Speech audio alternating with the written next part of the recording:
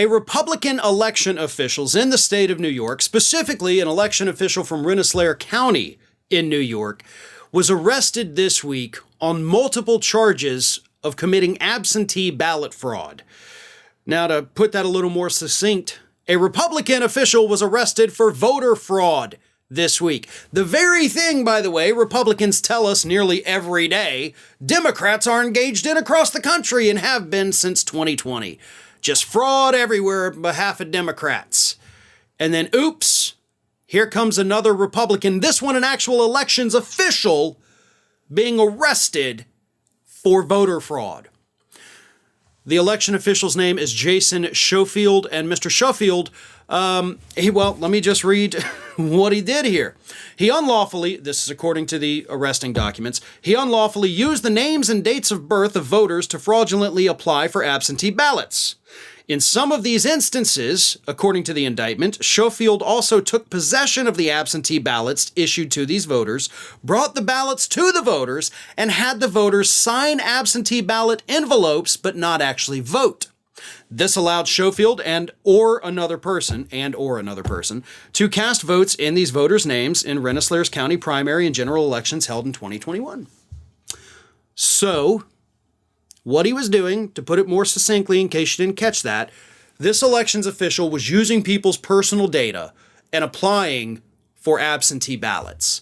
And these were people that it was already determined, I don't know how they determined this, but this is what it says in the report, they were determined that these folks weren't going to vote anyway.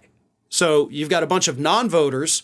So this guy, Shefield, according to the indictment, fills out their information, gets the absentee ballot, goes to their houses and say, hey, can you just sign this envelope for me? For some reason, the people did it.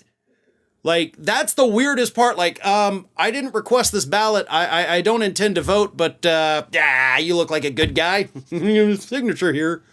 I mean, okay. Let's just stop right there for a moment. Because, yeah, what Shefield did, 100% wrong, totally illegal.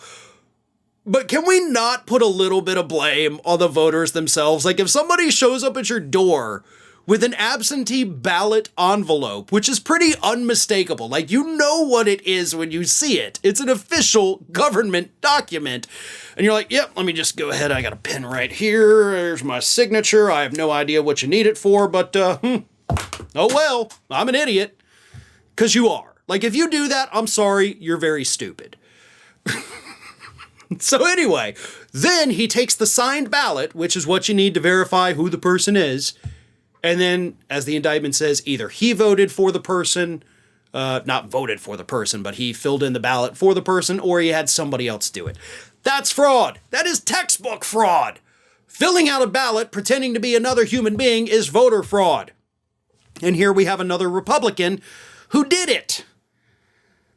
The vast majority of all the people arrested within the last 2 years for voter fraud have been Republicans. They've been Trump supporters, basically.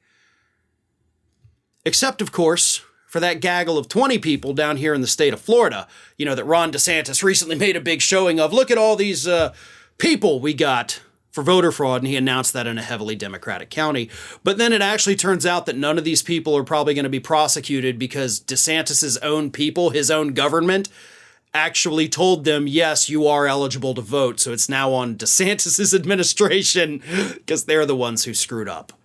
So when you get rid of those 20, which is what the court system will likely do, there so far is only one verified case of a Democrat illegally voting in 2020 for President Biden. Documented, I will say, publicly. Maybe there's more. I'm sure there's probably a couple more. But it certainly pales in comparison to the amount of voter fraud that we have seen coming from Republicans, and Mr. Shefield's antics here are just the latest in a long line of Republican fraudsters. Hey everyone, this is Aspen. And did you know that for the low cost of $0 per day, you can subscribe to the Fair and Balanced YouTube channel? We also encourage you to like, comment, and share, but again, click that subscribe button and help Aspen not be so grumpy.